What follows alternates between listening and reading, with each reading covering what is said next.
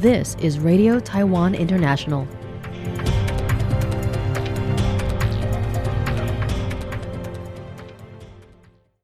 Welcome to the news on Radio Taiwan International. I'm Velitzkowski coming to you from Taipei, Taiwan. We begin with a look at today's top stories for Wednesday, July 1st.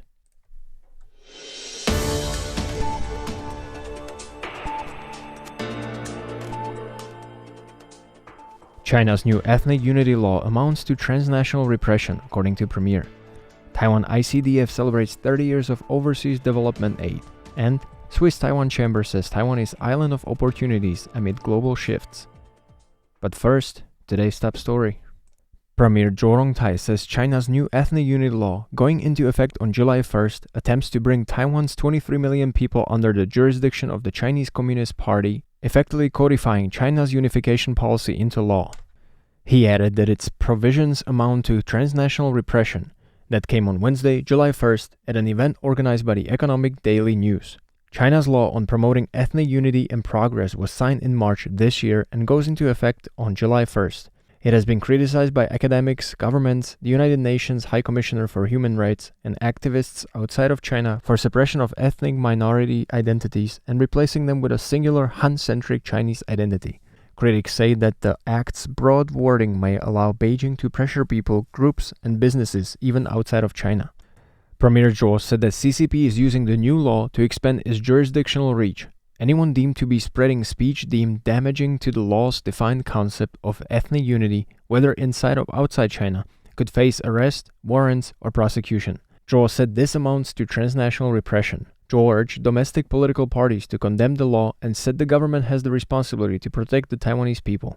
It must also make clear to citizens that the purpose of this law is to codify China's unification policy, requiring people to accept CCP's political framework. Zhou added that the ultimate goal is annexing Taiwan and eliminating the Republic of China. Speaking at a separate event on Wednesday, Mainland Affairs Council Deputy Minister Liang Wenjie said China's new law is riddled with vague and subjective legal concepts, giving the CCP yet another tool of political threats and intimidation.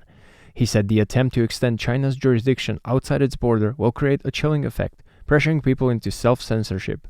Liang said the CCP has long used various laws to pressure and detain Taiwanese people, as evidenced by the cases of pro-democracy activist Li Mingzhe and publisher Li Yanhe, better known as Fu Cha. Both were imprisoned in China on national security grounds despite being Taiwanese citizens. Liang added that the risks for Taiwanese people traveling to China are already at their highest, and the new law gives the CCP yet another legal weapon at its disposal. Taiwan International Cooperation and Development Fund marked its 30th anniversary on Wednesday with a conference in Taipei. More on that with James Thompson. The Taiwan International Cooperation and Development Fund, Taiwan ICDF, marked its 30th anniversary in Taipei on Wednesday, July 1st.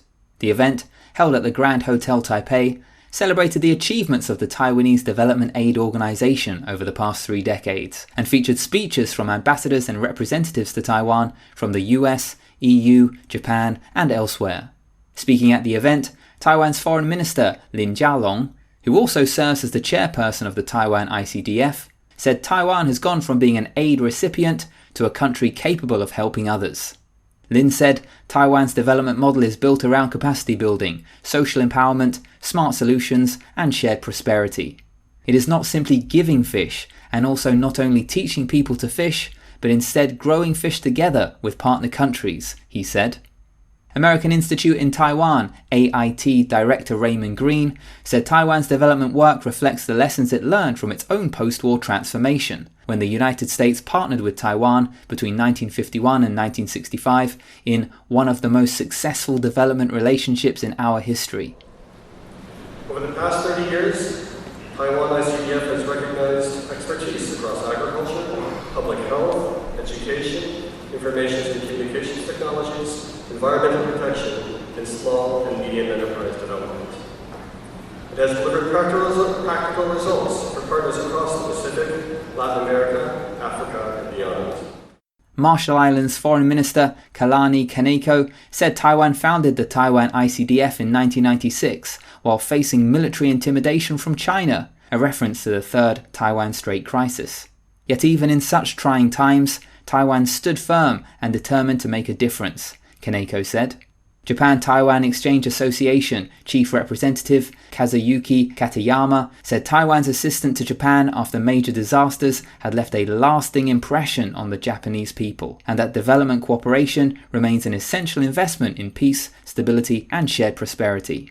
European Economic and Trade Office head Lutz Güllner said that ICDF had earned a reputation as a trusted partner that works closely with local communities.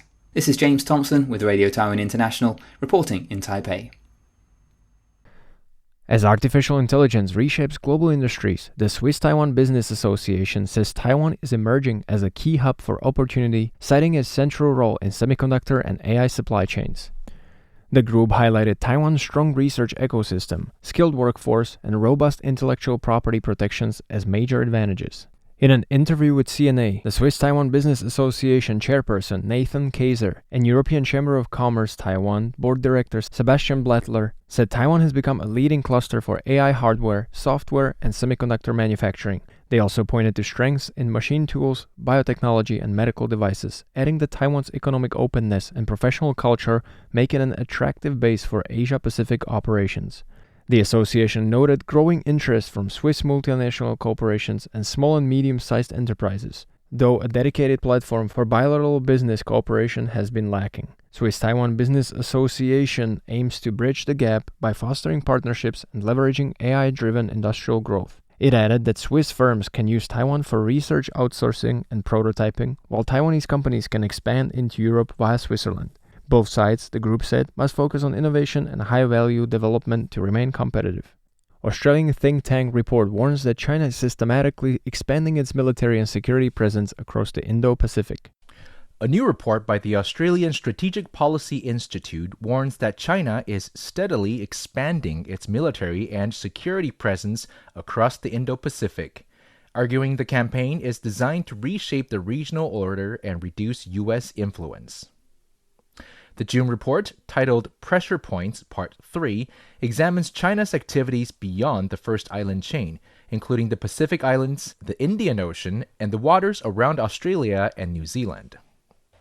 It says Beijing's strategy extends well beyond protecting trade routes or pursuing short-term economic interests, and that China is engaged in a long-term effort to expand its strategic reach through military deployments, security partnerships, police cooperation, and dual-use infrastructure projects.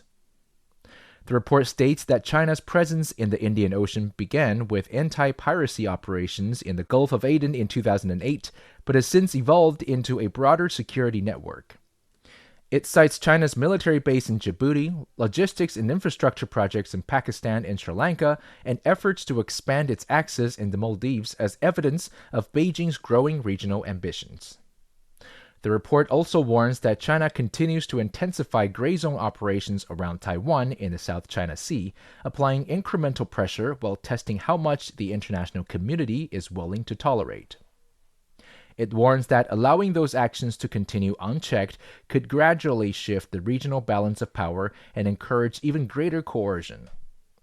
Rather than waiting until a crisis breaks out, the report argues that Taiwan's partners should strengthen cooperation with Taipei by helping improve the island's resilience, expand its participation in regional institutions, and bolster its defense preparedness before any potential conflict occurs.